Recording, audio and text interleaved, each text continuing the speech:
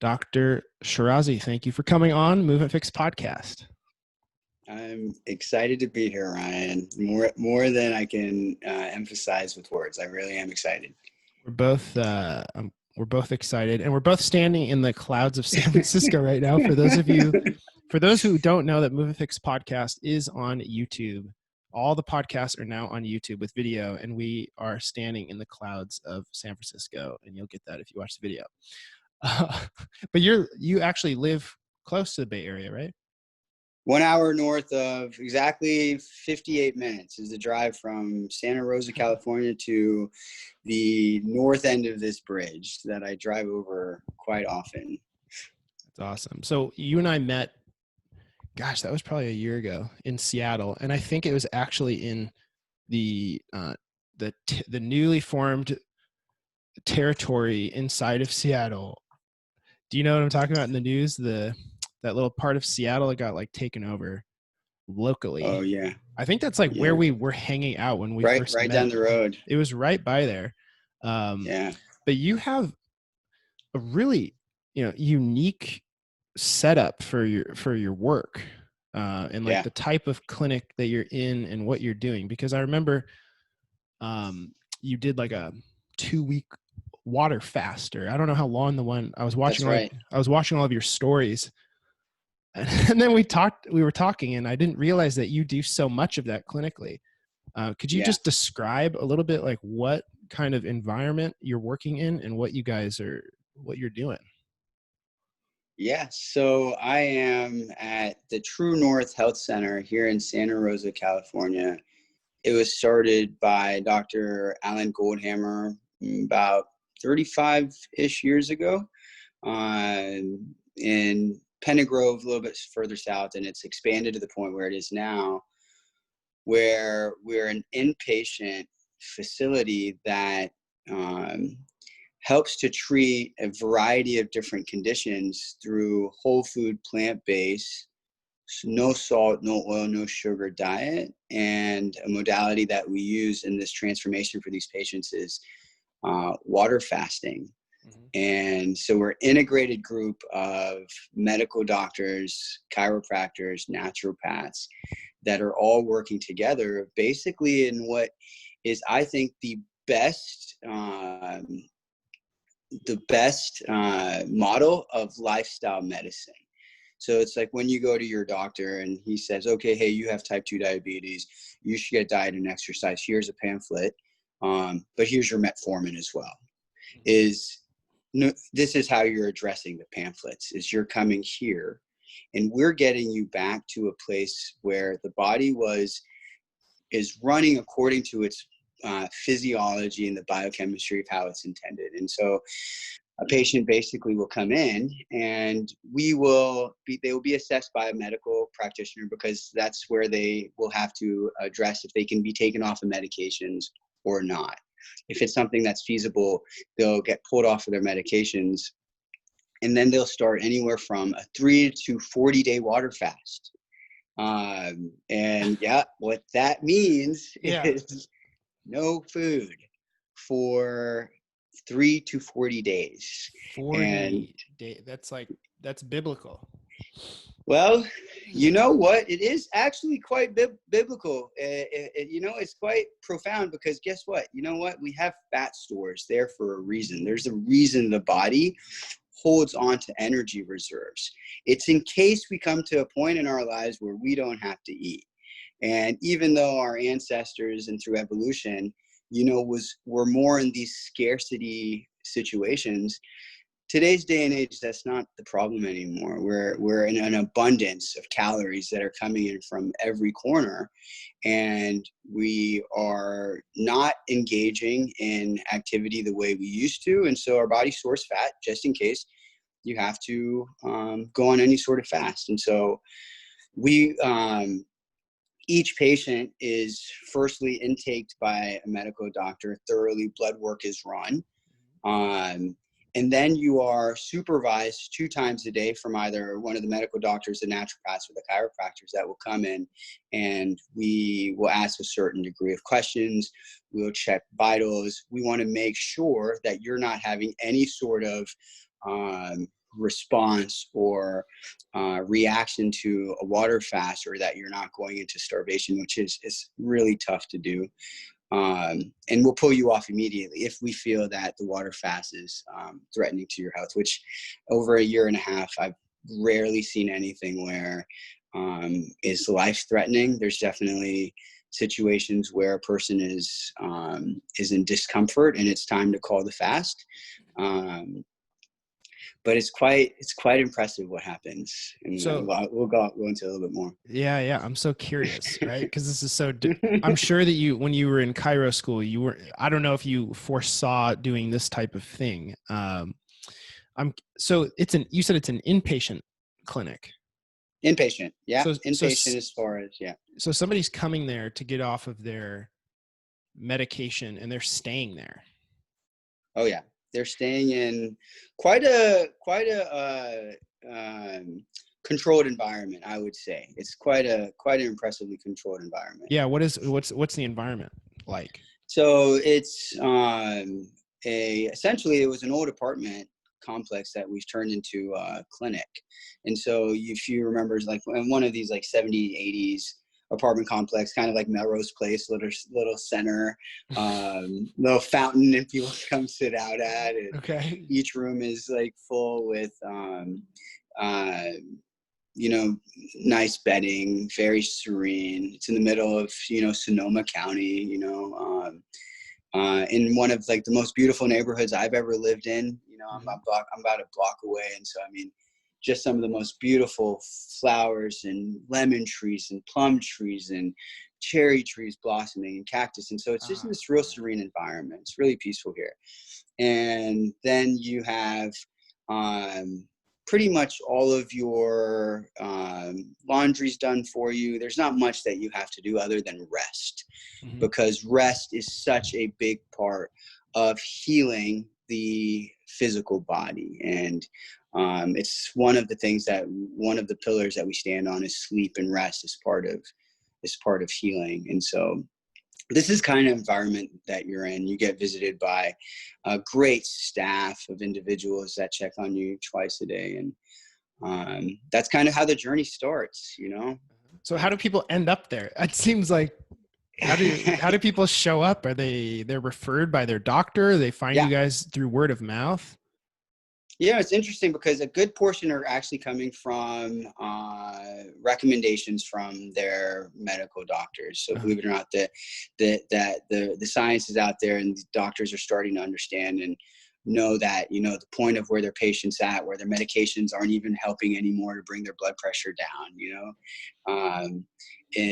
they're being sent here by them. Then so many people are doing like self-inquiry into trying to figure out what are the other solutions for my chronic disease. And this is, I think, a really, really, really important thing, that we take full responsibility for our health, and we start to really expand on like, what are all the other options out there other than what this physician is telling me.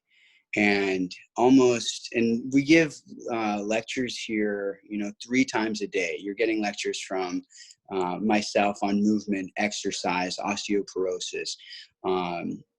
I do some mindset lectures as well, because to me, it's such an important part for an individual to understand what their stress responses are and how to calm those down. You studied psychology. My undergraduate degree was in psychology, but I also was doing a master's of nutrition and functional medicine at Cairo School. And that's really where I started to understand the importance of looking at the mind-body connection. So this was, to me, something that's very, very much so instilled. And when I'm examining a patient, is to kind of pick up on the cues of what a person's saying, how they're saying it, so that way I can understand why they're making the choices and behavior patterns that they're making, or what's lacking them from making the changes that they need to make and they know that they should be making in order to be healthier. These are deeper. Sorry, good. Yeah, we've all done that, right? Where it's like, we know what to do, we know to eat healthy, but we still don't do it. Yeah, man. It's interesting when you really start to, and we do a lot of this education is we educate people here on what calorie density is, what is the evolutionary reason why we seek pleasure, avoid pain. And there's an awareness when you can understand how your mechanism of your body's running that allows you to make changes. And so much of what we do is in the education. And I think that until that neural connection is made for a patient where they understand, that they'll have a harder time making these changes for themselves. So, but when I give lectures here, I always start off on this premise of for them understanding that everything is about information gathering and then information processing and practicing it, and that it's so important for them to understand where they're getting their information from and the limitations of who's giving them information. And I think it's really, really, really important to look at this to understand how is it that, you know, as a society, we've come to a place that's become so unfamiliar about nutrition or so confused about nutrition. It's crazy that we don't like, a lot of people don't even eat food. They eat a product of a company that's edible. Oh man, when you really delve into how this conundrum of nutrition is happening, it's a bit infuriating. I'm real passionate about it because it is the foundation of health. I mean, I went to the school I went to is because they offered this nutrition and functional medicine program, because I knew that I wanted nutrition to be something that was not, you know, that was something that was discussed in my treatment. Like, it wasn't ever going to be something that I wouldn't address. Oh, you're coming to me with inflammation and pain, but I'm not going to address the potential inflammatory components you're putting in your diet.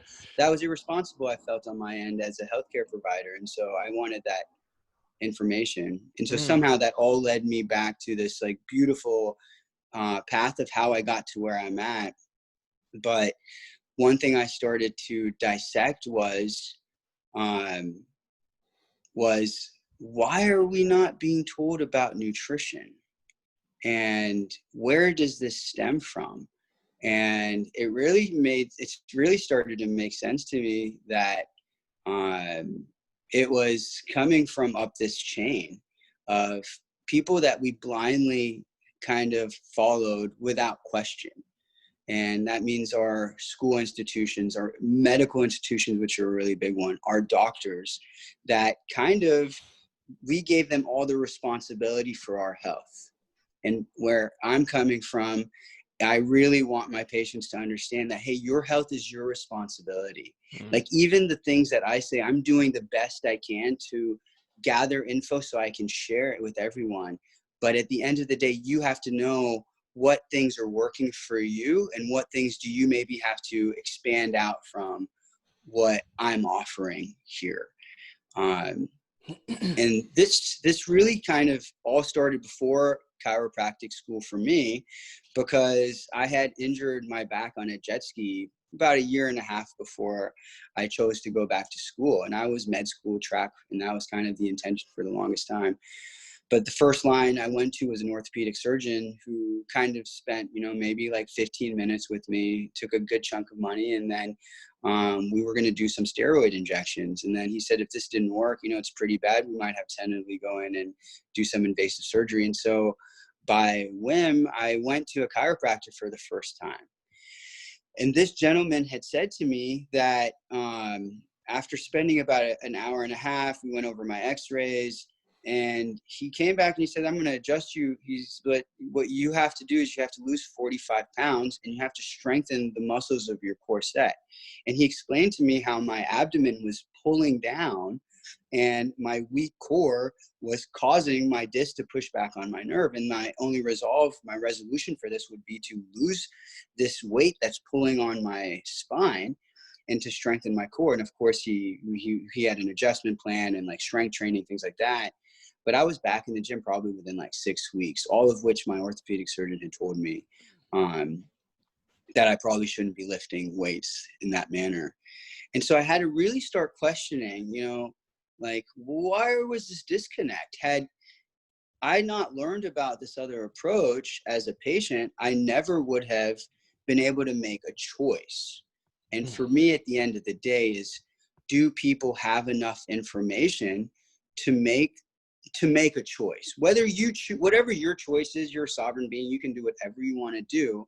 But I think that it is irresponsible from the healthcare providers to not lay down all of the options on the table. And it's kind of challenging because, you know, again, we are conditioned to assume that our medical doctors have all the right information. And it's really tough because according to a 2015 report in the Journal of Biomedical Engineering, 29% of the medical schools offer medical students the recommended hours of nutritional education. They can't teach you what they don't know. That's impossible. They're only limited by what they study. And so now you have this disconnect between what the patient understands as a result for their high blood pressure or for their type 2 diabetes. Their frontline message is, okay, well, try to improve your diet and lifestyle, but here's your metformin, here's your ACE inhibitors. This is what you're going to need to be on for a long time. The patient doesn't know better. He didn't have the opportunity that we have to learn the intricacies of the design of the body. And so information is really key, but the patient has to understand that their health and well-being doesn't lie in the hands of their general practice doctor. If there's something innately that they don't feel right, or their feedback mechanism from their body is like, I'm still sick, I'm still not getting better, these drugs are giving me side effects, now the ball is in your court. You're going to have to find somebody that has the right information that can help you. That's your health cannot lie in somebody else's responsibility. Yeah, it's just so it's such a reactive form of medicine. Like, it's such a disempowering thing where it's like, all I can do is let somebody else do an injection or like, there's nothing I can do. Right? Like, what can I do to help myself? Well, we'll do injections, and if that doesn't work, we'll do surgery. What is that? Yeah. What? Sometimes it's like, we don't even know that there is a choice either. It's not even about like making the better choice. It's like, is there even a choice? I mean, in that case with the jet ski thing, it's like, I mean, there could have been a possibility that, you know, you didn't even realize that there was a choice because you're like, I trust this professional, right? It's hard because it's in, I mean, I don't want people to think that we're bashing on medical doctors, right? Because I don't think that's what's happening. No way. But I mean, that is where a lot of overprescribing of drugs happen. And there is a place, trust me, there is a place where you better believe I want to have surgery. If I get cut or shot, you're not coming to me. Yeah, just do a 40-day water fast. Don't come to the water fast clinic thinking you're going to solve that issue. There's plenty of room at the table of health for everyone. But the responsibility lies in information. That's the prerogative of the degrees that we get when we're working with any patient, is for us to be able to convey to them what we know. And again, you can't blame the medical doctors.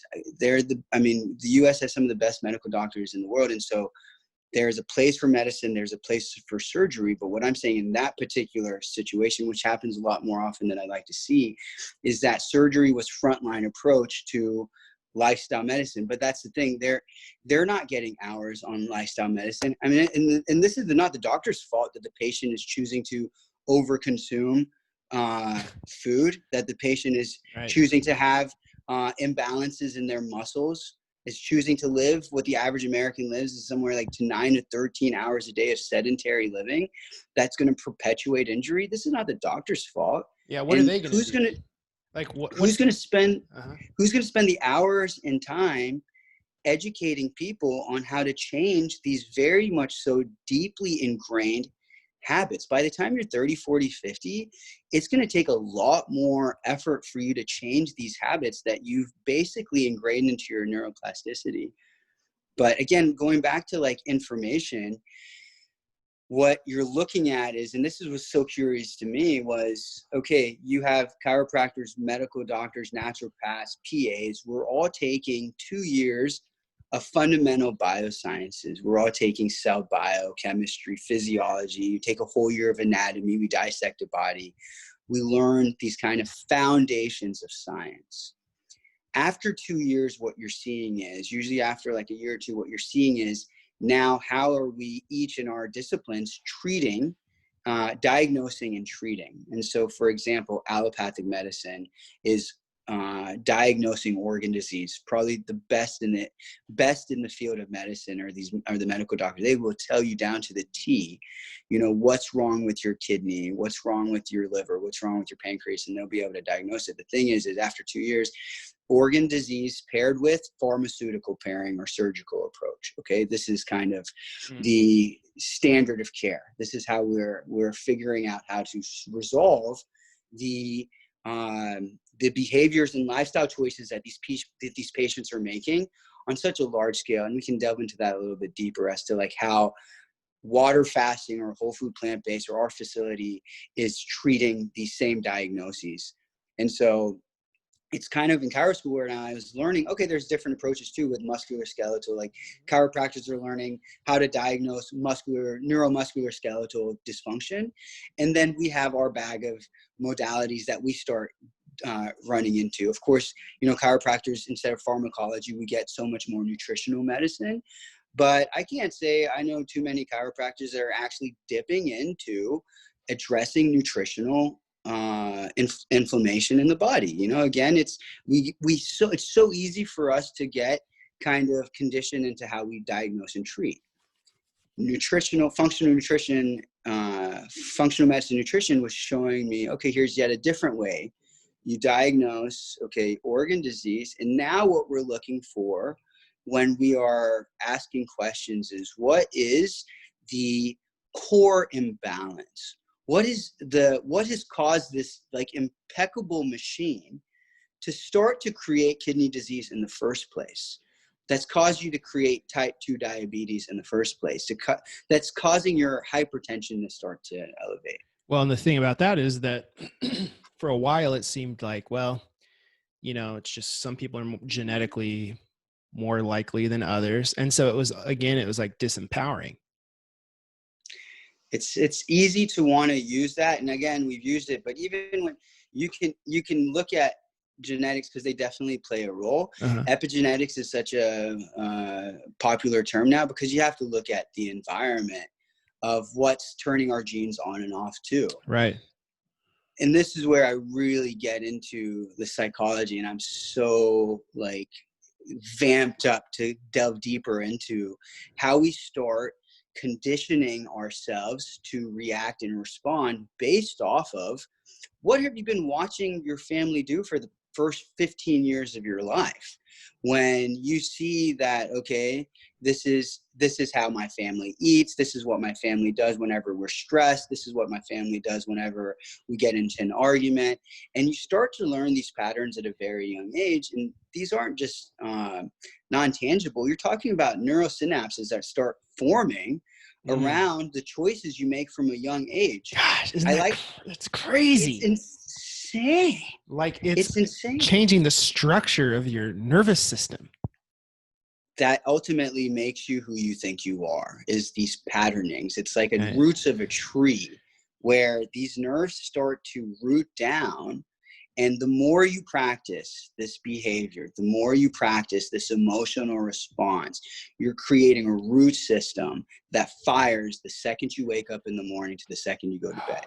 So like, I'm curious, how do you approach changing the behavior? Is it just an awareness? Like, you have to be aware that the choices you're making aren't really choices that you're making. They're reflexes essentially at that point. Like if it's a neurologic connection like that, you're not consciously choosing at night, oh, I should have something sweet because you grew up eating Your water bottle converted into I the background. It made me laugh while I into was the trying to say green that. screen of San Francisco. It's crazy that it does this without an actual green screen behind us. Technology, man. I mean, you would actually Well, we're believe moving I to was standing on the cliffs here. No, but it's not really like even a conscious choice. You saw your family always eat cookies and ice cream after dinner, and you trained yourself to think that you need to eat something sweet right before you go to bed. And you're not even you think you're choosing. You're just choosing to not choose, in a sense. How do you? So how do you? breakfast, lunch, and dinner 3 times a day. Where does it go to? Am I actually hungry? Does my body need fuel? Gosh, that's so. I started paying attention to that recently. Like, I started working with a nutritionist here because I weighed and measured my food in like 2008 for like 2 weeks. I was doing the zone diet and I was, the 30, 30, 40, and I was weighing everything. And it was just, what a That's so process. annoying. And so, So yeah, annoying. it's like, I haven't done anything since then. I started working with this nutritionist and I started to actually really feel hungry again. And I realized I haven't been hungry in a long time. Yeah. Like, how out of touch are people with their actual hunger? We're robotically running our lives, just robotically running our lives. Charles Duhigg said in The Power of Habit, 40% of what you do in a day isn't even a choice. It's just your habits. It's just what the brain fires. It's a condition. It's like Pavlov's dogs. 12 o'clock noon hits, your basal ganglia is firing. You're walking in the kitchen. It's not even you choosing it. It's just this habit loop that, again, we've created based off of repetition of behavior patterns. And so what I like individuals to do is this is where like mindfulness and meditation for me is just such a like non-negotiable thing, is because I want to be one step ahead of how I've been conditioning my brain. I want to be able to be more intuitive with my body, in touch with, am I really hungry? No? Okay. Well, and I fasted for 14 days now, so I can skip some meals and not freak out. I think the coolest part about people who fast is I'm like, okay, well, because the question used to be, what if I go out to eat and there's nothing to eat? I'm like, well, okay, you just went 25 days without food. You're going to skip a meal and you'll be fine. You know that. Yeah. I And mean, it gives like, you this kind of resilience. it makes you almost like scared to be like, wait, I wouldn't eat dinner? What? Dude, it's a weird thing because, I mean, again, like, it's these mechanisms of the body are hardwired. Like you're talking about hormonal like shifts between like ghrelin and leptin, one hormone telling you you're hungry, and it becomes insatiable because as soon as your glucose starts to dip, there's an internal process that doesn't even require your consciousness to fire a hormone to tell your brain, hey, time to eat again. And then you're going to get food. Okay. And then again, this kind of perpetuates. And so now you're looking at, okay, basically what's happening on a water fast is we start you off firstly to make sure that you're coming into the facility. There's a whole entry interview that's done by Dr. Goldhammer himself to make sure that our treatment's even going to work for your condition. If you can't get through phase 1, you won't be on a water fast. You'll definitely be able to come just to go on, no salt, no oil, no sugar, whole food, plant-based diet. We can talk about that because that's a brilliance in and of itself. But then once you come in, we want to make sure you don't have a whole bunch of processed foods, decaying meat in your intestinal lining, that some of it's going to sit there for the next 5 to 40 days. So we want to make sure it's just like as much plant food as you can, because if it's going to degrade, we want to make sure that's not going to be like acidic or anything in your stomach. And so after that, your first day is when your body starts to deplete all the sugar and carbohydrates you've been eating. Yeah. Are we talking through your 14-day fast right now? Yeah. So Okay. Yeah. Talk me through like what happens in the different phase. The longest I've ever gone was 20 hours. I couldn't even make it a day. Tell me tell me the 14 days. There's a reason why. The first 2 days are the hardest. The first 2-3 days are like the toughest because you're fighting off like evolutionary hormone systems that are designed to make sure you don't die from like forgetting to eat. So that's exactly what's happening on day 1. you know, that first 12 to 24 hours, your body is just sucking up all the glucose that comes in from food first. It hasn't dipped yet into the glycogen stores in liver and muscle and things like that. It's just going through glucose. So the first warning sign your body gives is freaking out. I'm hungry. Here comes the hormone to tell your brain, go eat food, okay? And this is coming from your fat. And I mean, there's just this beautiful orchestra of hormones that are constantly telling our brain how to survive. This is the foundation of brain information, is how do I survive? How do I not die? And so that's why it's this insatiable, it's almost like it's tied. That's why you get angry. You're almost tied to this fight or flight, deep sense of fear of death when you don't get food by 20 hours. And so you're going to go eat some food. It makes sense. By day 2, you're starting to dip now into glycogen. This is linear how I'm explaining it. Everybody works a little bit differently, and it's not one size fits all. It's not just glycolysis, glyconeogenesis, and then ketogenesis. You know, you're going through, everybody is so uniquely made. That's another thing I learned as a functional medicine practitioner. It was that we are all uniquely designed. Even though our mechanisms are very unique, our epigenetics and genetics are triggering different hormones at different times. But now you're dipping into sugar that is in your liver. And so now your brain's starting to use that up. So you get a little bit of ease after your brain, again, is recognizing, okay, here's some more fuel source. So that's why it's like, at first, your blood sugar is starting to dip. Yep. And you're like, then you get the glycogen from your liver released. Yes. Is some of that coming from the muscle glycogen too at that point? You'll get some. Yeah. Your body's prone to survive. So it is looking for fuel. And this is, again, the brilliant mechanism of this body. I mean, it is divine what we actually operate our existence of life in. What a gift this thing is, huh? Did you do anything to get your body? Like, no, this is a gift. It works like this. You don't even have to know.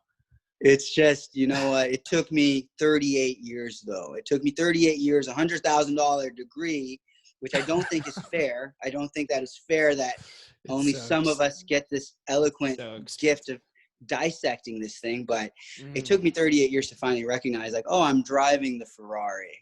I'm going to start to make sure I'm treating this thing the same way. If you were to give me a Ferrari, I'm going to polish it. I'm going to put top grade fuel into it. I'm going to take it to the best mechanics, because this is going to be what's going to take me all the way till I'm 6 feet under. Right. So I'm going to treat it like that. And we don't appreciate it because we got it without doing anything to get it. Yeah. And if you almost have to also look at like value factors, you know, this is something I love talking about, because you got to you can't just look at the body. You have to look at the environment. And by environment, I'm talking about what is the social conditioning of where we live. It's from a very young age. There is no value really truly placed on health, the information of health. All of that is placed onto material gain, material consumerism.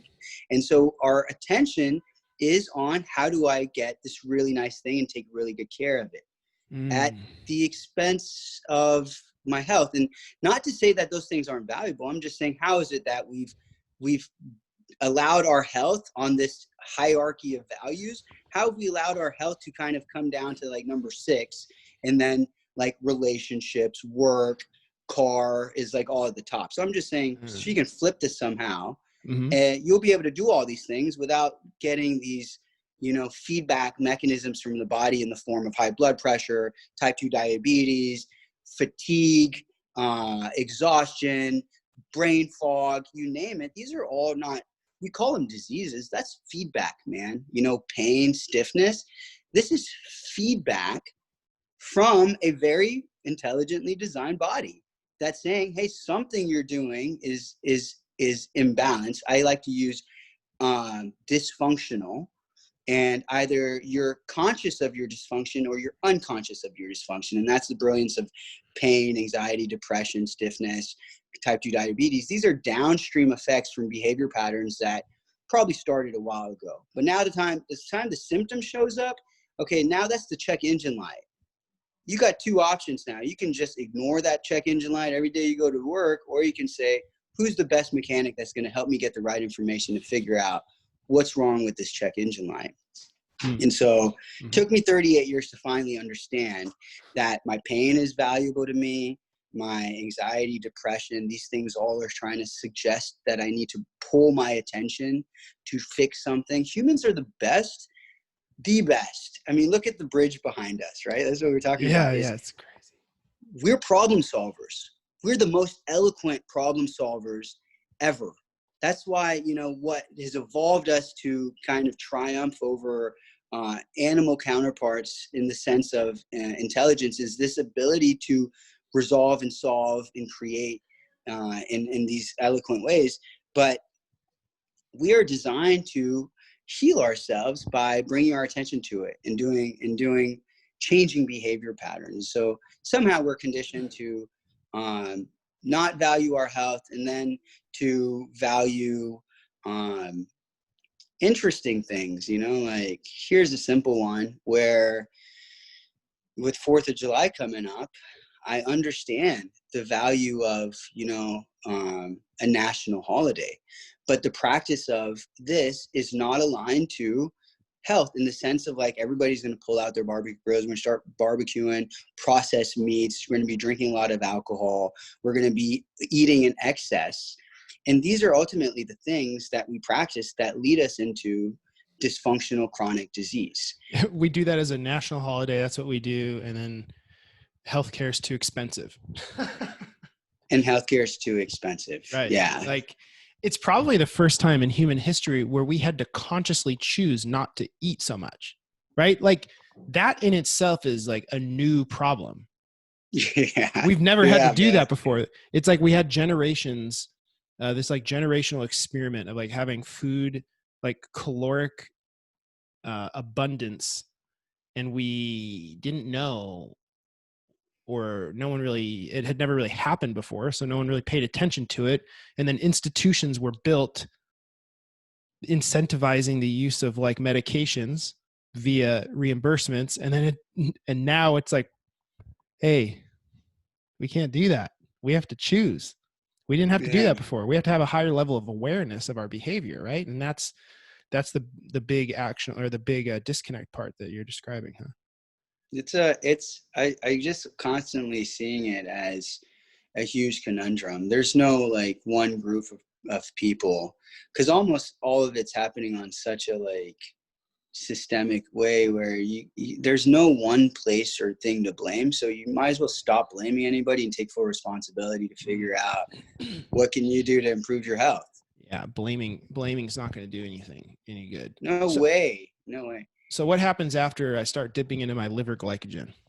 Okay, so after you start dipping day into liver, back to day two. Yeah.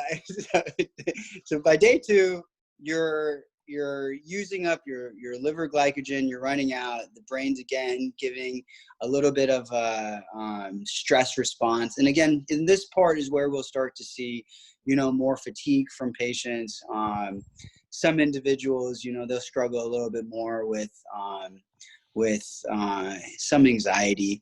But now you're starting to move into the body starting to find fat, the stored fat. And believe it or not, you and I are in pretty good condition. You and I both, even with the amount of fat that we have, we'll probably easily go, a couple months if we needed to without food. Yeah, I bet I have a couple months worth. Quarantine's been tough, man. I got a couple months worth of lipolysis. You know what, man? I don't even like to call it fat anymore. I tell people you have a lot of energy stores. We need to start to burn your energy store. It's right. Energy store. It is weird what you said, right? Like those, like, it's like, I think of it as, when people thought that like going into the sun was like terrible for you, and so you should never go into the sun. And it's like, actually, it's probably good for your melanocytes to have to be stimulated and create melanin. So don't you think it's good for the fat to like have to be built up and also torn down. Like that ability to store and then use is like, if you haven't utilized that mechanism ever, there's probably Exactly. something A to that neural pathway. usage. Absolutely. Absolutely. Again, you're looking back, and I think you can tie everything back to how you are neurally adapting yourself through your behavior patterns. You know, it's one thing if you're storing fat, but then are you burning that fat too? Mm-hmm. And so, regardless, it's stored energy. You know, this is adaptive from survival for us, was to store fat just in case. And those individuals who are able to consume more, who are able to store more fat reserves, they survived. And so again, like you Perfect said, storm with caloric perfect excess. storm. It was up until I think the 1960s where most meals were cooked at home. You know, after 1970 is where you kind of saw this like introduction of like these technological advances where food prep just became the way to go about it. And then you just had mass food prep, mass food distribution. It's a multi-trillion-dollar industry now. And so again, these industries aren't concerned about your health and well-being, your diabetes. They're not concerned about. It's like a hidden cost, right? Sorry to interrupt. It's like it's like this hidden cost that capitalism doesn't put into the system, and so they end up profiting from something that's hurting somewhere else, and it's not accounted for. It's just not accounted for. It's this conundrum. There's plenty of nights I stay awake trying to find, again, my brain's trying to find solutions to this thing. Yeah, and I really, really do think that, you know, of course there's going to be like political advocacy that's needed. There's going to be a good amount of, you know, like grassroots ability for us to get people to understand, because what's happening is it's people who are listening to your podcast is great. People who are reading the books is great, but there is a significant amount of individuals who don't even know that this is causing them their high blood pressure, their cardiovascular disease, their type 2 diabetes, and they don't even realize that, or they're in socioeconomic situations where they can't afford to change their diet, or they don't think that they can. At least they're not they don't have enough information to realize, okay, this is how you can eat for so much money a day. So they're eating these you know, mass distributed foods. Yeah. But okay, going back. So by day 2.5, where are we at? By day 3. Okay. By day 3, now your body's starting to burn fat. And this is just such an interesting thing that happens, because if you look at, even though glycolysis is the preferred method of energy for the body, your ketosis is a bit of a sports mode on your car. And so what's happening is there's less steps to produce ATP than it takes for glycolysis to produce ATP. So there's this energy dump that you're getting. Mind you, though, what you're looking at is your body is still first and foremost having to process all of its functions, including the brain, which is normally pulling so much glucose in order to assess information. That's our forefront of what the brain's job is cost benefit analysis, to make choices based off of information coming from your external environment and internal environment, while I'm simultaneously continuously, you know, pumping my blood through my cardiovascular system, making sure the lungs are pulling in air, exhaling air. And so all these require energy. And so that's coming now, since it's not coming from the glycogen, it's not coming from glucose. It's definitely not coming from intake of glucose. It's still pulling glycogen from stores in muscle and liver. It's always going to kind of dip into that, but primarily it's shifting to fat burn. Mm-hmm. And now you have ketosis happening, and now your body's just powering up. By day 4 or 5, and then we take blood work weekly, and then we're also taking your analysis. We want to see how many ketone bodies that you have going. Uh-huh. We're checking your electrolytes week after week to make sure that we don't have any dip in sodium or dip in potassium. We want to make sure that your body is adapting appropriately through this fast. Again, if at any point the blood work or anything is suggesting to you that your electrolytes are depleting, you're going to be ending your fast. Mm-hmm.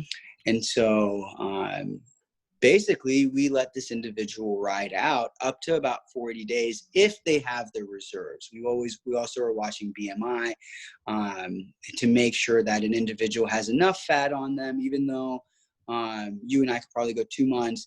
I believe the studies have been up to 40 days. So we're very adamant about making sure we're not passing the 40-day mark. So you're basically starving people for 40 days, giving them up to 40 days with water so they stay hydrated, with the intention of resting the gastrointestinal tract. Yes. Utilizing the adipose tissue to create ATP through is it what's the cycle? The Krebs cycle? No. Krebs cycle. No, it's it's through ketosis, right? Am I saying the words right? The right? Yep, terms? you're saying it right. Okay. You got it. And then also, it's like through that resting process of the intestinal tract, that probably solves a lot of intestinal issues that show up as other issues.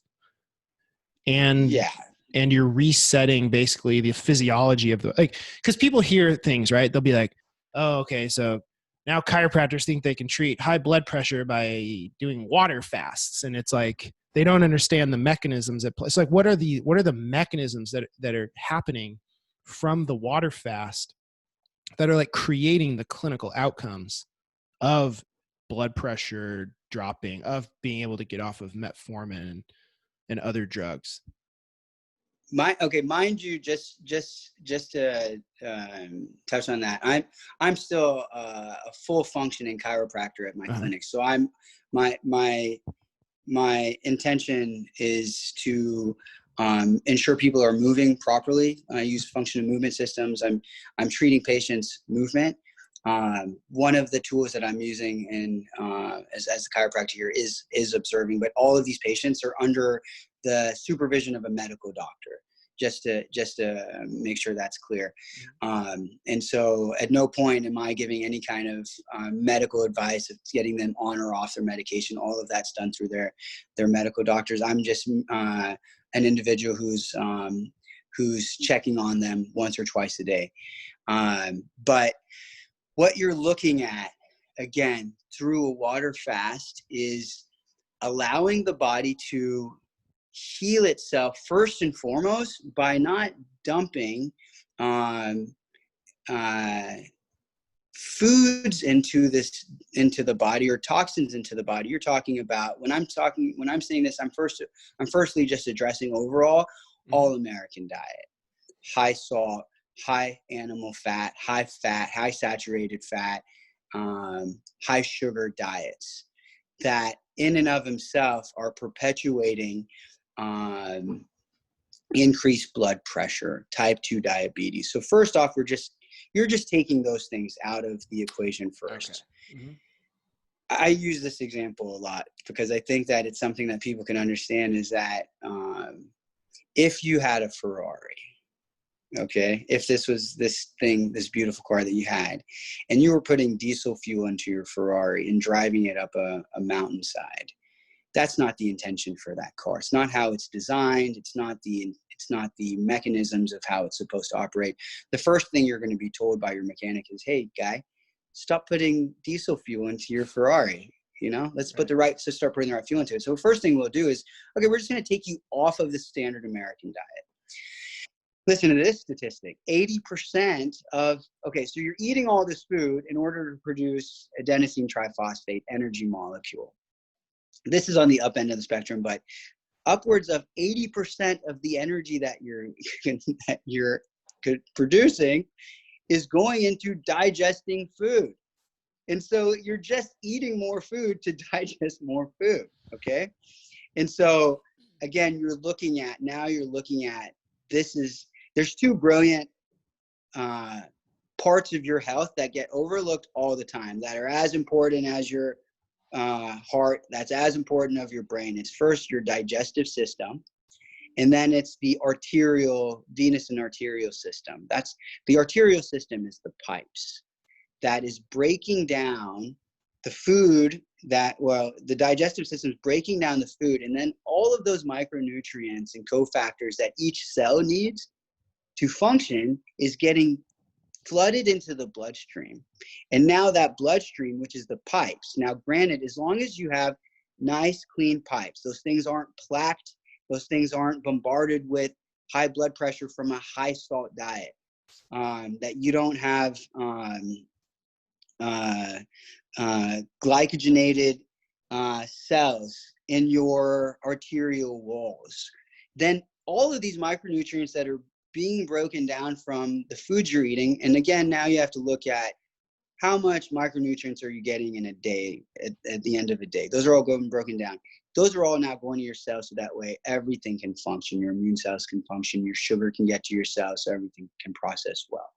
So when you're fasting, firstly, you're just going to stop the digestive system. 80% of that energy is now freed up.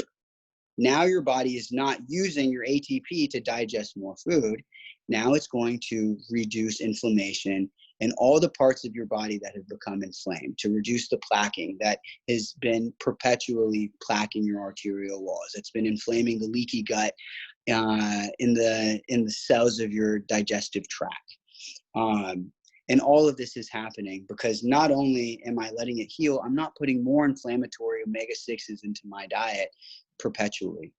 So if you look at how our body digests food too, right? So it takes about 3 to 6 hours for us to digest fruits and vegetables. That's just how fast from the second you eat it to the body digesting it to us excreting it out. It's about 6 hours. That's way faster than I thought. Your whole grains, your breads, your processed meats and all that, that's taking upwards of 18 hours. So you haven't even finished breakfast yet with your pancakes and toasts and all of that. Now your lunch is a big fat, slamming it in the body. Bowl. You got 18 more hours. Dinner shows up, 18 more hours. You're trying to sleep. Your body is processing. It's going to work while you're supposed to be resting and sleeping. And now you're trying to figure out, like, why am I having like trouble sleeping? You're looking at this hormonal chaos going on because of just the types of food we're eating and the excess of how much we're eating. So firstly, the water fast just gets to shut down this whole system.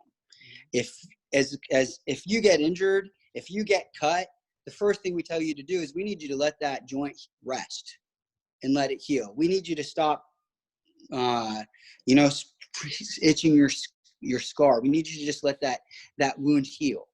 Same thing's happening with the gut. You're about to let this thing rest, which you haven't let this thing rest since you were 4 years old. Never. Ever. You never let it rest, and you wonder why there's problems. Oh man. You've been packing that thing full of garbage, and you wonder why there's problems. Take your Ferrari and just keep pouring gas in it, and it's overflowing. And then you're like, why is this not working right? We're so silly sometimes with the body. Like we miss the most obvious things. It's the most obvious, man. And to me, sometimes I just feel like yelling from a mountaintop because it is the most obvious. The fuel of what you're eating is the most important thing. It's literally what your body makes itself out of. And I'm not like, I have pretty strong stance on like what I think as far as like an ideal diet goes, but I don't like to, I like to just stick to simplistic fundamentals, like first and foremost, before you decide you need to be vegan or vegetarian or anything like that, just start with, try to get a whole bunch of micronutrients into your diet. Just start that. Like, after that chiropractor had told me, way back then that you need to lose, like 45 pounds, I was a good deal heavier than I am today. I'm a totally different man. You wouldn't recognize me the way I think, the way I look. Were you 45 pounds heavier than you are today? Oh man, I was damn near 85, 95 pounds heavier than I am today Wow. at that juncture. At what age did you start to really lose weight? 32 really is where 32 is where Ah. like it really started, because after he told me that there's nothing that perpetuates change like pain.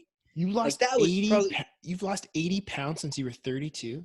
oh man, I'll show you some before and after pictures at some point. I'm 39. I look better than I did in my 20s, early 30s. I Yeah, feel better. I have more energy. you look so young.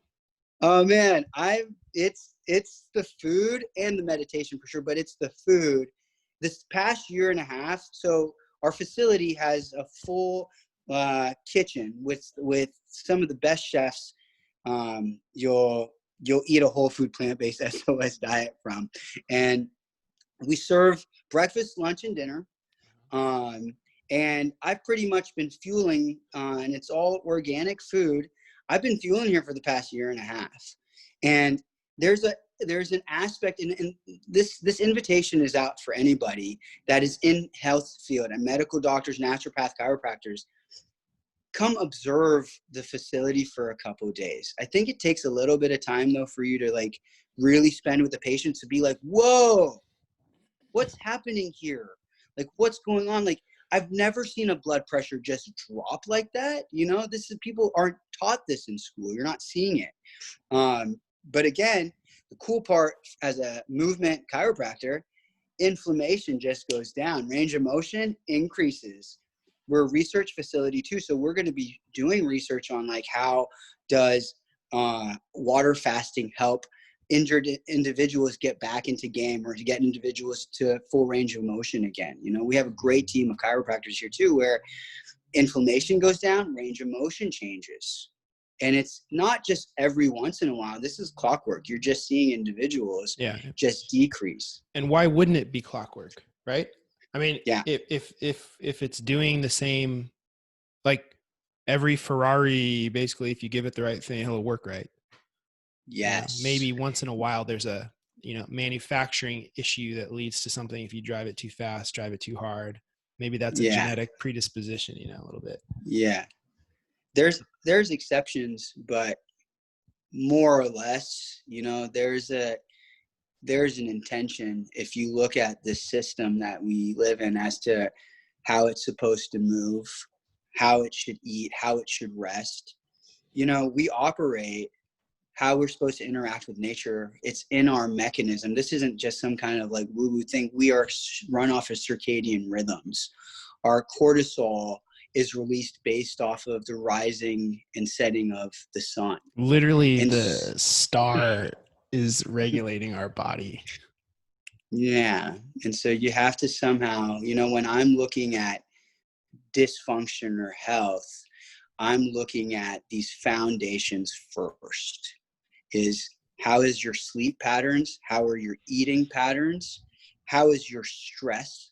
And stress is a little bit more intangible. So I think a lot of people don't like to mess with it because they don't really understand, like, well, how am I going to help an individual lower their stress? I address that because it's important. And what you're talking about is not stress. You're talking about sympathetic versus parasympathetic tone in the body or systems. And when you're talking about that, you're talking about how blood is distributed either from digestion or to extremities, and how cortisol is flooding the bloodstream. And again, you're looking at, melatonin shooting out of the pineal gland. It's like 8 to 10 o'clock. Melatonin, because of circadian rhythm, starts to shoot out to put you to sleep. You activated your pineal. You're activating pineal. You're ready to go to bed. This is a system that's it's automatic. But I'm going to drink a coffee. Again, then you look at behavior pattern. I'm going to drink a coffee at 8 o'clock at night, 7 o'clock, 6 o'clock at night. That's about to interfere, because coffee or caffeine, you're talking about like adrenaline being flooded into your bloodstream. Everything that we do, every choice we make is either aligned to our design, or we're creating new neural pathways that are in dysfunction to this patterning. So my thing is always going back. I'm not trying to tell everybody what and how to live their life. You're, again, like I said, sovereign. Live your life. There's plenty of things in life that that you can choose from. But when you're coming to me with disease and dysfunction, I'm going over baseline first: stress, sleep, hydration.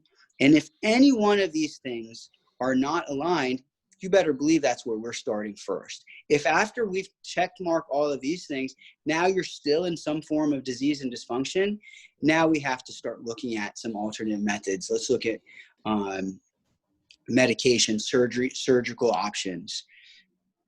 And this is where I'm thinking, you know, there's a bit of a lack of information. Is the medication, the surgeries are preceding any kind of, and conservative approach is not just like conservative. It's just, oh, you're just going to treat the Ferrari the way the Ferrari was intended to be treated. You didn't get the instruction manual.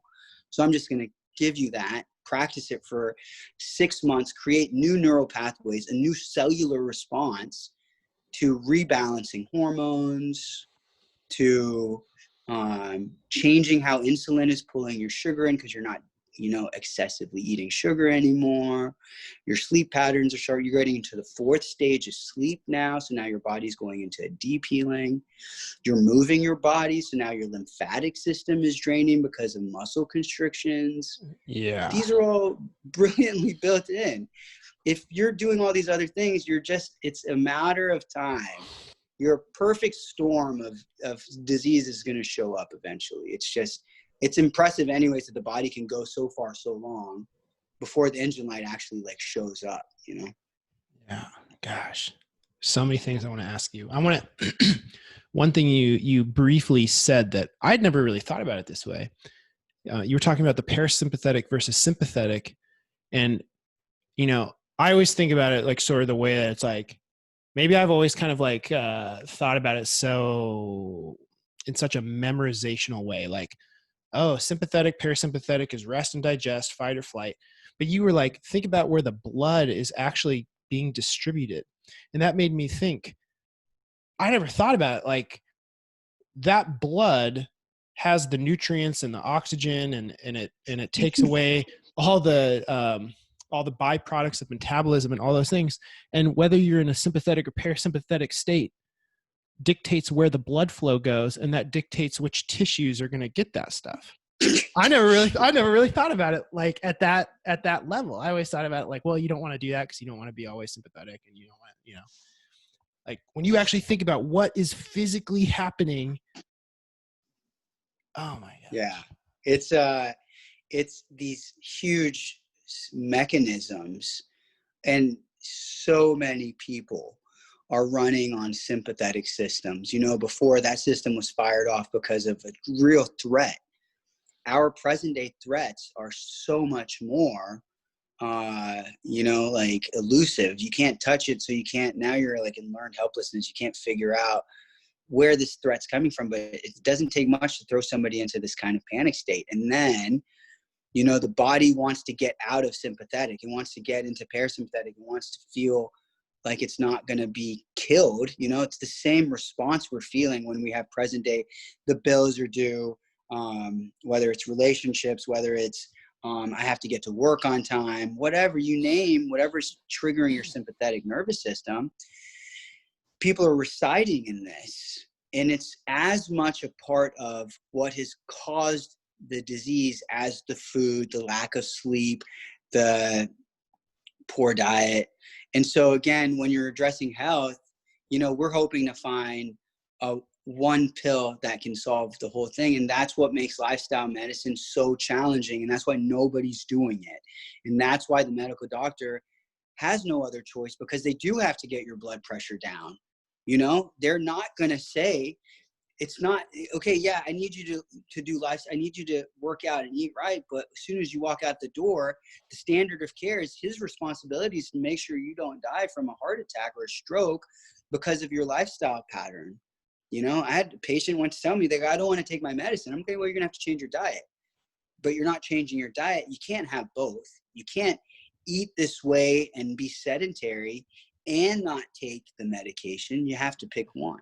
But I want to. But it's inconvenient. It takes too. Yeah, your body doesn't care. Body doesn't care. You know, even when it comes to food, man, when I think about, like, because there's so many arguments about like what's the right diet, it doesn't matter what anybody thinks or believes, at the end of the day, your body's going to operate based off of what's right for it. And if at any point you are having symptoms that are suggestive of disease or dysfunction, you need to reassess and reevaluate whatever platform you're standing on that you think is the best way. And that's what I think makes a good doctor, is somebody who's, you have to look and say, okay, I definitely could be inaccurate on this. Even though I was in, I studied this a certain pattern, I learned it a certain way. Maybe there's something I don't fully understand yet. And you have to be willing. I think it's our responsibility to constantly look at the research, look at what's working, what's not working. And that's why I really wish that more individuals could come and see our facility, because you can't deny I can't deny what I see here. And that's the coolest part. I hope you come out and visit one day.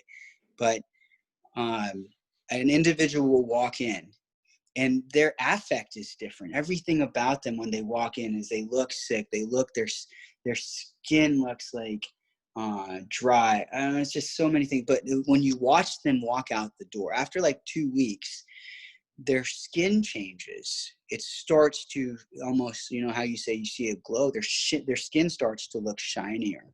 Their affect changes.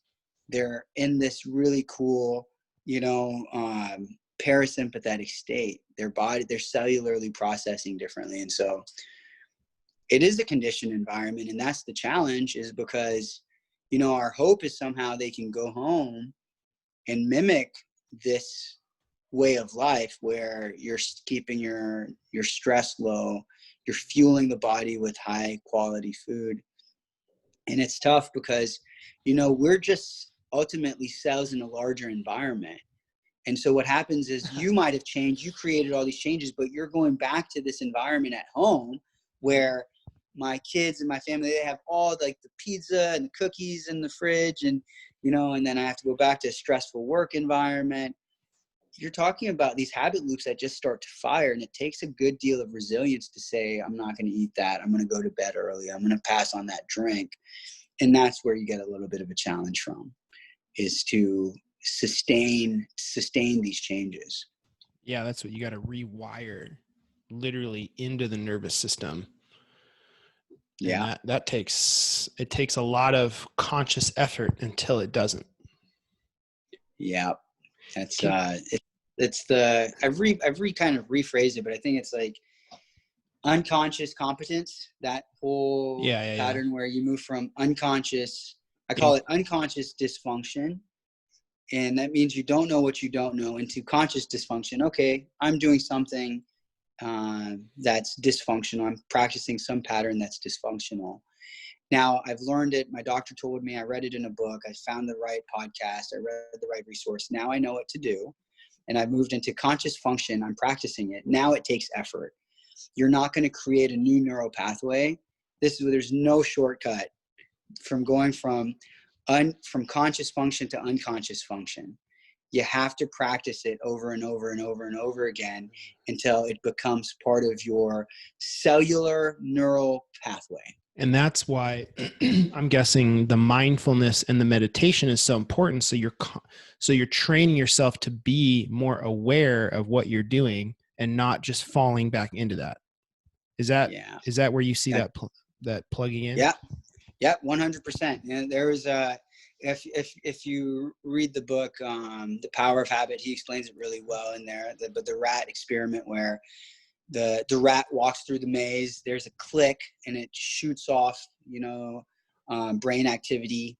The rat goes down the hall, cuts a left, he gets his chocolate, and then dopamine spike again. So the probes on the brain of this mouse was seeing that at the first few rounds of this, he goes through, he's assessing information, and then all of a sudden there's a spike. After so many times, that whole information gathering shuts off. The basal ganglia kicks in, and that's what creates our habit loops, from the click to chocolate. Now he doesn't need to assess info.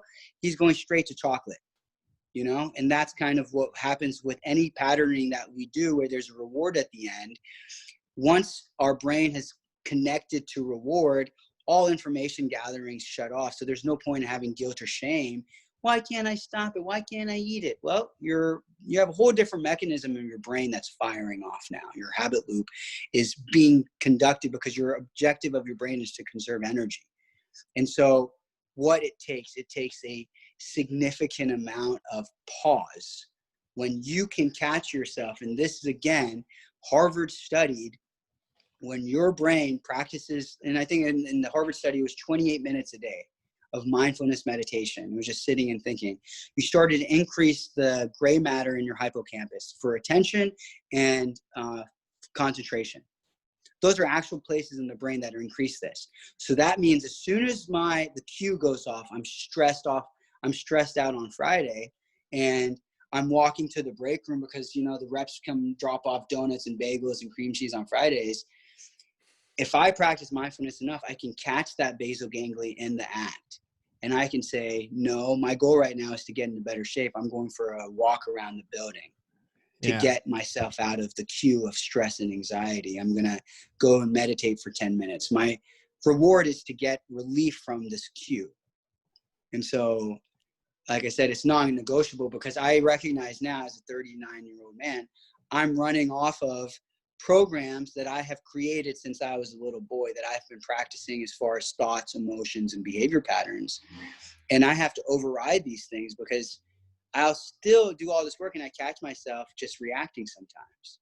And so for me, meditation is me creating new neural pathways of me dictating to my brain and to my mind what I want it to do, not to react. I want to be liberated and free to make choices, not reacting and responding because it's 12 o'clock and it's time to eat. If I'm eating at 12 because they're serving like something really delicious, that's coming from a choice I'm making, not because, oh, feed me this beautiful dish or whatever. And so I think it takes some time to reprogram this.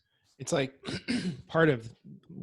I found like one of the biggest humps in meditation is getting to the point where you realize, because once you realize something, it's so obvious. And then before you realize it, right? It's the whole idea of like realization. It's like when you see the thing that's right in front of your face that you didn't even know was there, is that you are inside of this body that has a certain like neurology and psychology, and you can choose to tweak it around when you realize that it's your hardware, when you realize that it's your way of, when you take the full ownership of that and you realize that, hey, this is mine to do with what I want. What do I really want? But you have to have that like space. Maybe that's why it's 20. I started meditating after that Harvard study, when I read that study, because I thought it was woo woo. And then I read that and I'm like, they actually had changes in like the gray matter. Yeah. Or I can't remember if it was the gray matter or the white, but yeah, being aware, catching the BG. You said the basal ganglia. Yeah. You gotta catch the BG in action. You gotta catch it before it executes, man. Right. Right. Tell me, what was it like for you to lose 80 pounds? I just did not know that you had done that. And in your, like, that's not easy in so many ways. I'm sure there are people listening to this podcast who would love to lose 10, 20, 30, 40, maybe 80, 100 pounds. I mean, what advice do you give somebody who's in that process? It's got to be just a grueling, man. It's mental. Cool. It's cool living in the transformation of my body. Actually, I feel like it's been a blessing to be able to understand the challenge of being dysfunctional as far as how my body felt to where it is today.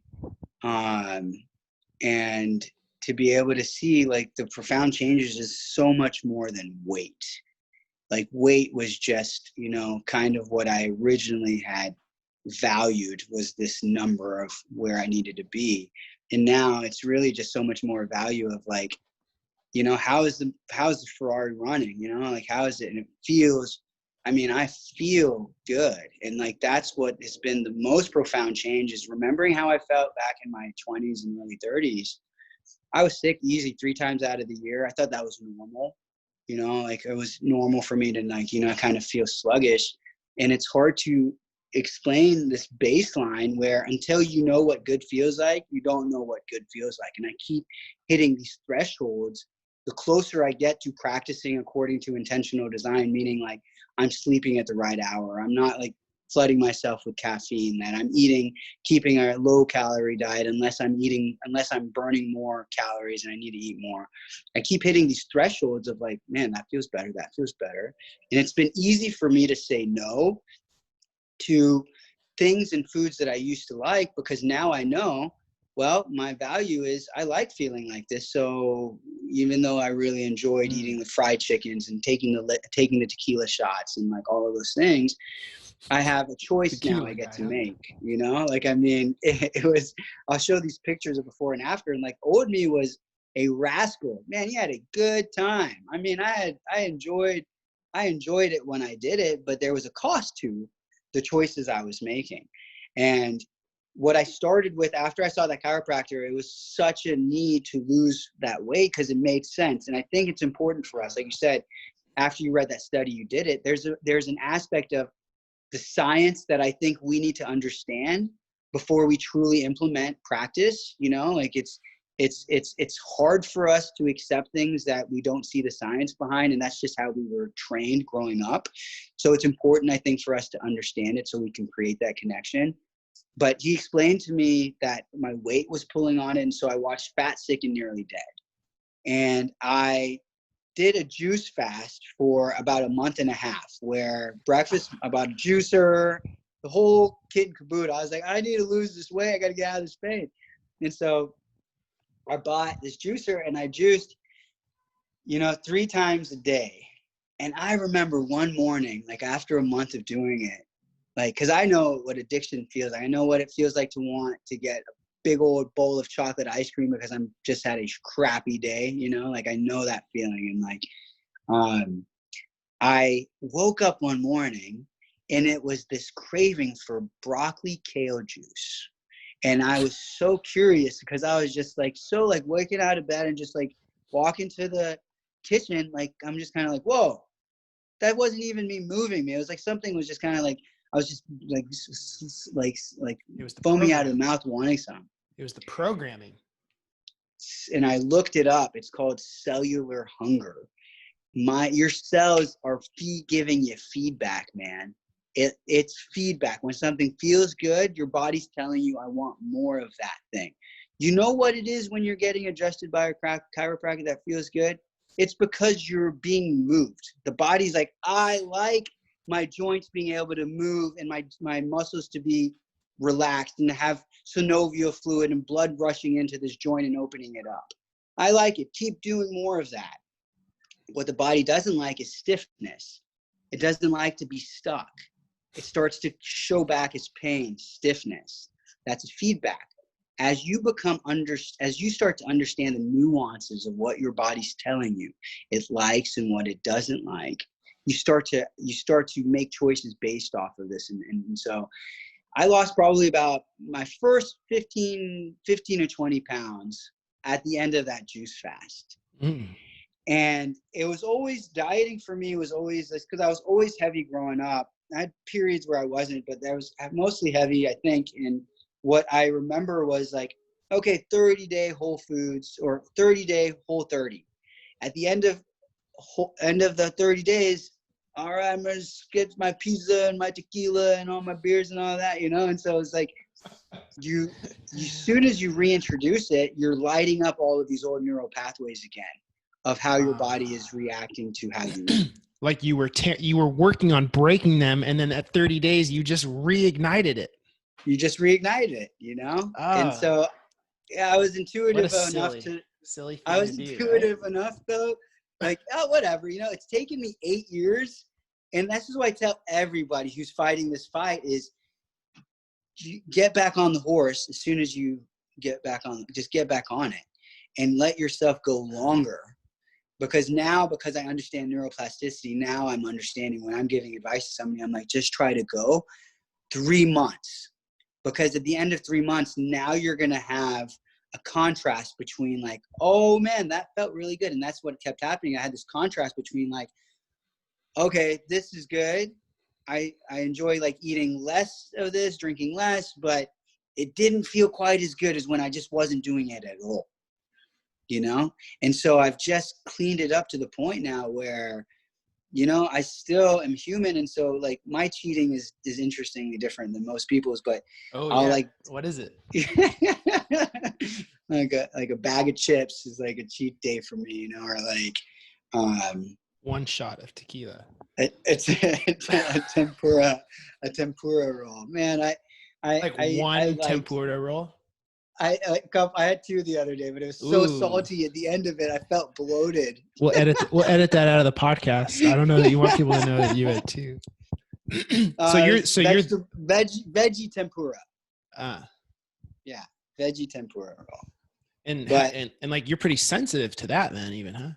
Yeah, your body becomes sensitive to it, man. Because again, like when you're looking at it, like standard of care, you know, for somebody who has like stage 1 or stage 2 blood pressure, you know, this person's automatically getting put on low blood pressure medication. And so we don't realize that salt is in everything. If you're eating out, you're eating anything out of a bag or thing, it's to keep that food from going bad. They've put salt into this thing, and sodium is required by the body for like cellular function and for electrical impulses. So you need it, but too much salt in your bloodstream is going to pull more water into your cells. And that's going to increase, again, it's the piping system. You have more water in this pipe, your pressure is going to start to increase. And then you start to plaque it with like saturated fats, and then like the hardening of the arterial walls. Salt does that too. Over time, you're just creating a havoc in the piping system. This is an important system, man. It's what takes, like you said, all the oxygen and nutrients. The piping system needs to be clean. And so I've taken it out of my diet for so long that so sensitive to, it's not a big deal because I'm young and I'm healthy, that I mean, I can sweat it out in a day or 2. For me, it's not a challenge, you know. I'm not presented with hypertension and diabetes. And so if a person's in a point where their check engine light's on, you really got to make some big changes now. You know, you've had enough tequila, you've had enough fried chicken, you've had enough burgers. It's time to like consider some pretty big changes. When is enough fried chicken enough? Like, you just gonna keep doing that your whole life? Or at some point you've had enough? Or, you know what's funny? When I was younger and more naive, I would like, if I ate really, because I was always super into eating healthy when I was younger. Like I read all these nutrition books when I was like 18. I would read like Gary Taubes, you know, Good Calories, Bad Calories, all the Zone books, all this stuff. And I remember being like, I'm going to occasionally cheat so that when I really cheat, I don't feel so sick. So I'm going to keep myself a little bit used to it. What do you think of that strategy? Is that a stupid strategy? It's good though. Well, you know what? Also, you're talking about calorie density. The brain likes fat and it likes sugar. The more, because it has a lot of calories. A lot of calorie means you're going to not die. So It's nobody's fault. Those foods they're programmed by your brain. You're not going to overindulge in a bag of lettuce. You know what I'm saying? Like there's no calories in it. Yeah. I've always wondered, and you kind of mentioned this earlier a few minutes ago, if part of the reason why people are so hungry right after eating like low quality food, you know, that has no micronutrients, if there is some sort of like mechanism that, and there probably isn't like leptin or ghrelin or, you know, one particular thing, when you don't have enough micronutrients. I mean, overeating calorically dense micronutrient dilute foods must set off something where your body's like, hey, we're still hungry. And that's coming from a micronutrient request. Like you kind of mentioned that, right? Like you have your body's screaming. Cellular responses. Yeah. Yeah. I mean, I don't know that mechanism, I think, well enough to be able to explain it, where if there's the hunger is being derived because it's still satiating for something. I would imagine that. I think again, what we do fail to recognize is that, you know, we're limited by our sentient nature. We don't see we're actually not these huge organ systems, as we more are like cellular beings, you know, like we're just cellular and microcellular beings. And I think you're going to start to really see this like science explode on like the response that you're also getting from the microbiome. You know, like they're already showing like, you know, how and I mean, these are animal studies, so it's hard to know exactly like how much we can relate to animal studies, but you know, a certain microorganism, toxoplasmosis, will infiltrate the limbic system of a cat, and will infiltrate the limbic system of a rat. So that way it will be attracted to the smell of cat urine, because this particular microorganism thrives in the gut of felines. And this is why pregnant women are supposed to stay away from cats. But this microorganism's infiltrating the limbic system and changing the way a person's sexual desire is towards a totally different species. And so I think we're going to start seeing that these are highly intelligent organisms. Even our own cellular responses are so intelligent that we should be more attuned to our bodies. And that's where, again, going back to like the meditation practice, is you coming into your sense of self. You know, when I tell anybody to get on the movement mat, like, I want this to be a meditation. I want you to be breathing deep into your physical body when you're taking a joint into full range of motion. I want you to feel what your body is asking you for, what feels tight. It's so interesting how linear we are, in the sense of like, you know, when you're trying to teach somebody, okay, you know, like you look at the degrees of rotation of like, you know, joints in the spine, you can tell somebody go front, back, flexion, extension, lateral flexion, extension. It's so hard to explain to somebody, okay, move dynamically, you know, like, what do you move dynamically? You know, we're so linear. Dance. And so I'm like, if you could teach your clients, you could feel your body. We get good at it because we're in school for so long. We're like, okay, that's QL feels tight. Like, I'm going to move it into this direction. I'm going to stretch out this SI. People don't have that understanding of their body from a muscular skeletal standpoint. They sure as hell don't have it from like a cellular response when their body's saying, I just ate that thing and now I'm feeling instant bloating. Let me not touch that thing again. Yeah, you know? like the This awareness. The awareness that like, oh, that's what that is. Yeah. Like when that, like that response when I woke up in the morning, I knew, oh, my body likes this thing. And that's stuck with me. So at the end of my days, I'm always like, what am I missing? You know? And again, it's so interesting because you're right. You are looking, your body's missing iodide, it's missing selenium. You start to desire foods that have more selenium, more iodide in it. And if you're Isn't attuned that to why? it, That's why. It's cool. It's the coolest thing.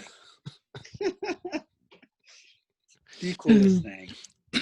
Like after I have like a cheat evening, the next morning, I definitely wake up and I'm like, I look in the mirror and I'm like, I feel my hands and I'm like, I am puffy. Yeah. I did something bad, and then I go the week, and then I have these behaviors myself.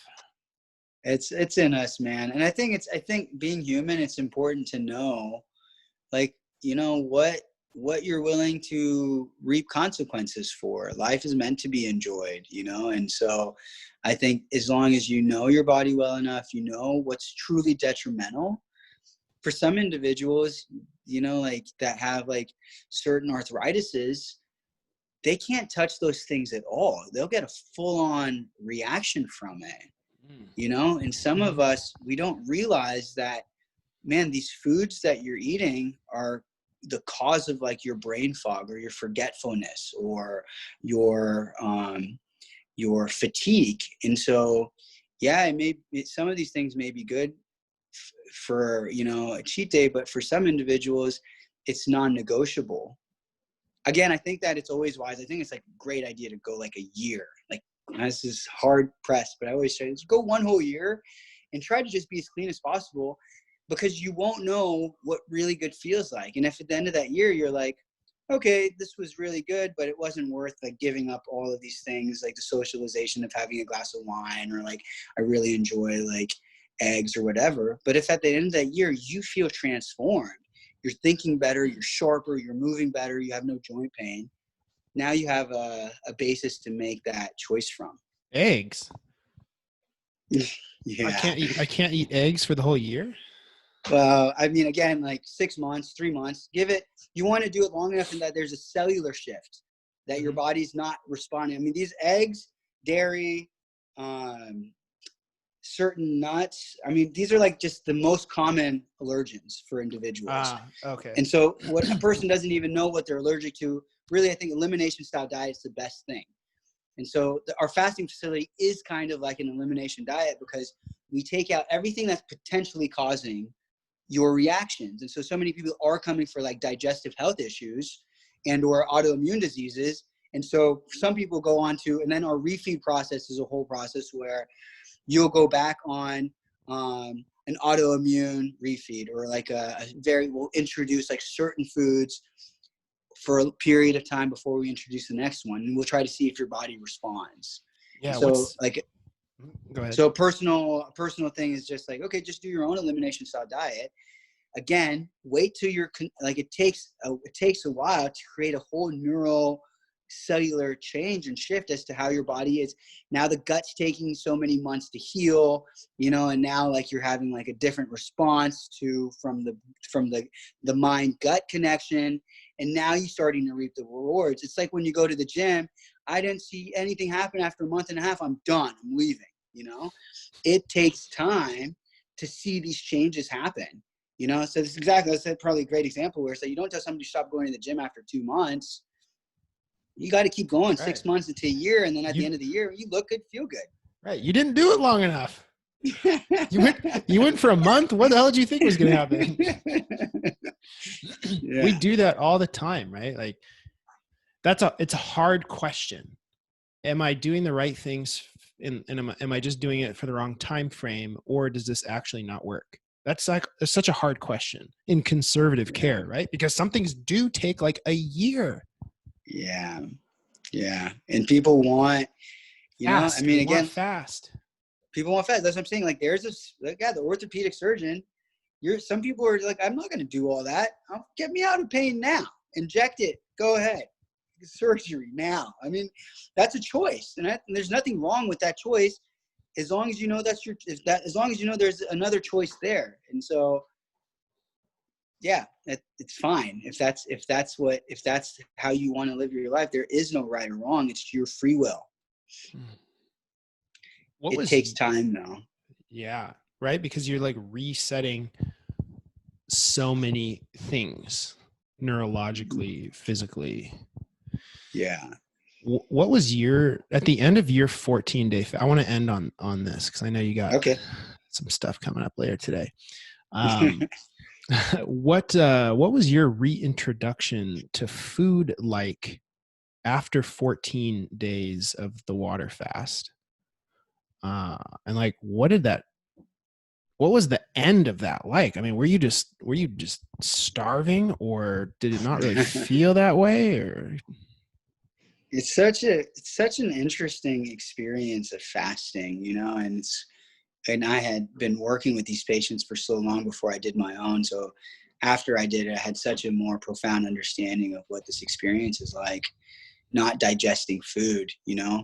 It's such a cool thing because, by day 7, 8, your visual acuity changes because you have retina, right? Like blood vessels in your retina that are just, like any plaquing or anything, like now blood is just flowing. And so, and this is a common thing that you hear people talk about now, like lights are so much more vibrant. And because you have so much energy, like it's almost like your physical body is a little bit tired, but you have so much clarity of mind. You just have so much energy that the brain is pulling. And I actually felt so good not eating food that I was like, what's the whole point of eating? You do not have to go to the restroom. You don't have to figure all these things out. But I was getting satiated from looking at, and this is a common thing too. You see this like weird need to look at food, again, the brain, and then insomnia is there for some individuals too, because your brain is again designed to not die and it needs food. And so as it's eating your fat, it still wants glucose, it's just, again, the evolution of our brain. They showed that birds that, would eat in a certain terrain, after there was no more worms or whatever left over, those birds would end up coming back months later because the brain, the memory of these birds would remember that place, that terrain was plentiful in food.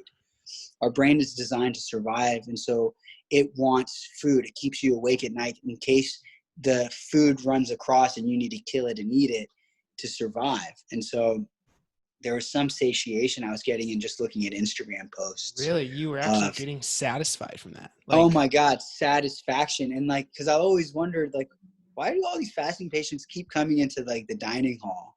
And like, they would just come to look at food, because there was some kind of like calmness in knowing that food is there. Oh, like it's seeing that it's like, yeah, it's abundant. Don't worry. it's abundant. There. Yeah. And so it makes you feel at ease. Like, okay. Whew. Yeah. Whoa, that's so weird. It's so weird. I don't really know the psychological explanation of what that does, but it's still an impressive thing to see so many. And again, we have so many patients. I think Dr. Goldhammer's seen like, man, some ridiculous number of people over the past like 35 years. So we've seen so many people that you see these commonalities between everybody. And by day 14, I was ready to eat. And so again, we have a process where we introduce glucose back into the body via juice. And then the next day is just raw foods. And then the next day is steamed foods. So very slow reintroduction of food to make sure that your gut turns back on, peristalsis turns back on, to make sure, like, bowel movements are a very important question. We want to make sure that your bowels are passing, that there's not any kind of like compaction happening. So all of this is happening under a supervised fast. And then I stuck with raw food for a while. I kind of, cultivated my own, because I recognized really for myself, I thrive a little bit better when I'm eating less. I have more energy. I have more, I think that the whole idea of like energy, energy usage for digestion was something I could feel the difference of, because I had a lot of energy and I felt really good when I wasn't eating. And so growing up, I was just always eating, I was eating big, heavy meals. And so that was just kind of part of my programming. And now I just am pretty much a light eater, even though we serve 3 meals. Like, I'm always touching base with myself. I'm like, am I even hungry? No, I'll skip it. Or I'll go for a really long bike ride, and then I'll find myself kind of famished at the end of that, and then I'll eat again. And so food's become such a like mindful practice for me. But it was such an enjoyable thing that I love cooking good meals. I love cooking healthy meals. I love pulling figs off of a tree and eating it, because I can like be present with this incredibly, and like your taste buds change after a fast. Everything is enhanced. So you're eating a fig and it's the sweetest, sweetest nectar like you've ever had. And it's just kind of like, I appreciate that. I appreciate that part of food.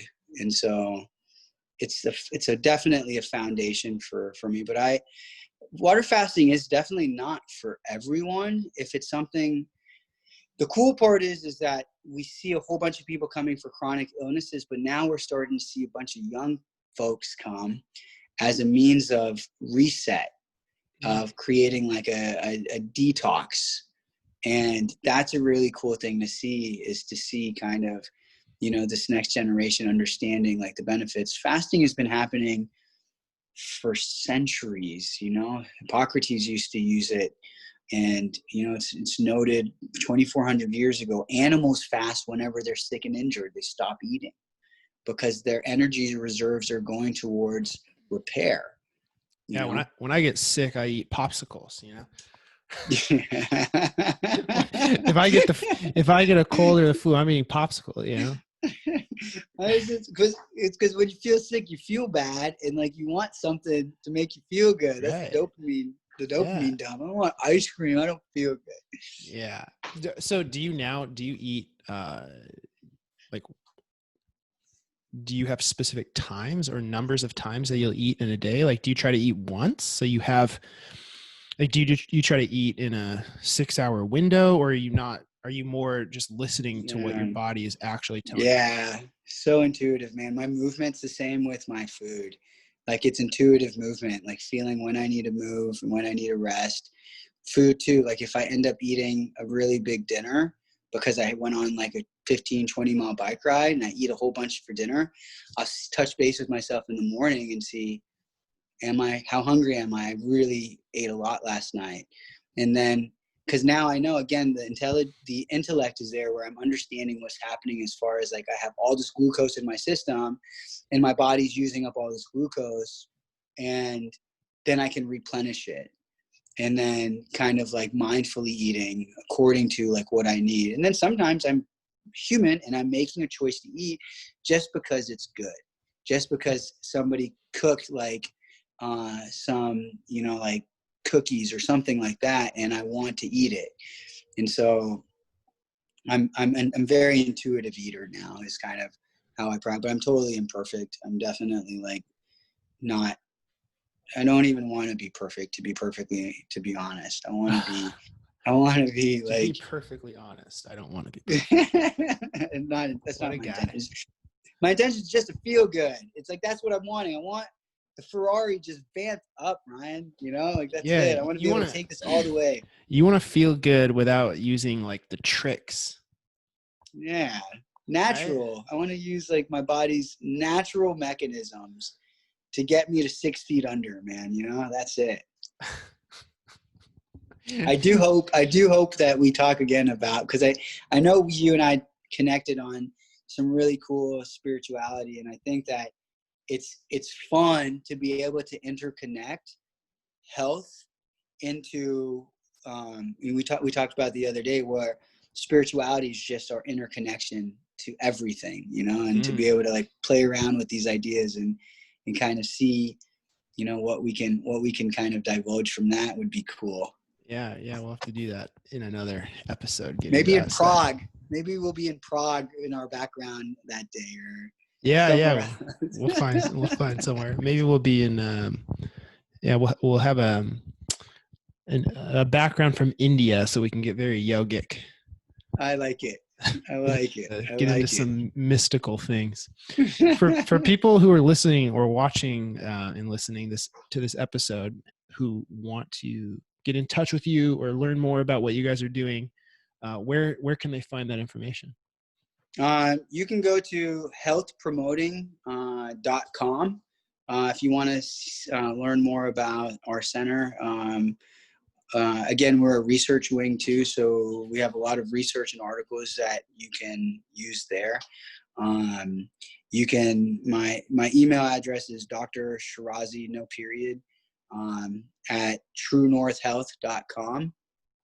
And I'm always ready and willing to share information. I've definitely very grateful for you, Ryan. Thanks for having me on here, because I really have it in my heart to, at least get people the information they need so they can start feeling good in their bodies. I think that it just takes a little bit of information and practice.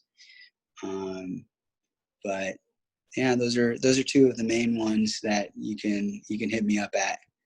Very cool. Well, I appreciate you taking the time to come on and share your knowledge and experiences and your insights. I know that the listeners appreciate it too, and hopefully we help people realize the importance of consciously choosing what you're eating and why, and some of the tools, and it's important to get these things out. So I appreciate and thankful for your time. All right, Ryan. All right, until next time. See ya.